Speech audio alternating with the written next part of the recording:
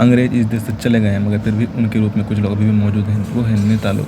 वो कैसे गरीब अनपढ़ लोगों को लूटते हैं, दबाते हैं, उनकी ज़मीनों पर अत्याचार करते हैं, वो देखिए। गोलामुरी रोड 4 लेन हाईवे बन रहा है, जिसमें बिना किसी मुआवजे के देखिए कैसे रैयतों का ज़मीन लूटा जा रहा है। झारखंड सरकार का हालत देखिए, ज़बरदस्ती लोगों से ज़मीन को छीना जा रहा है, कोई मुआवजा नहीं हुआ है।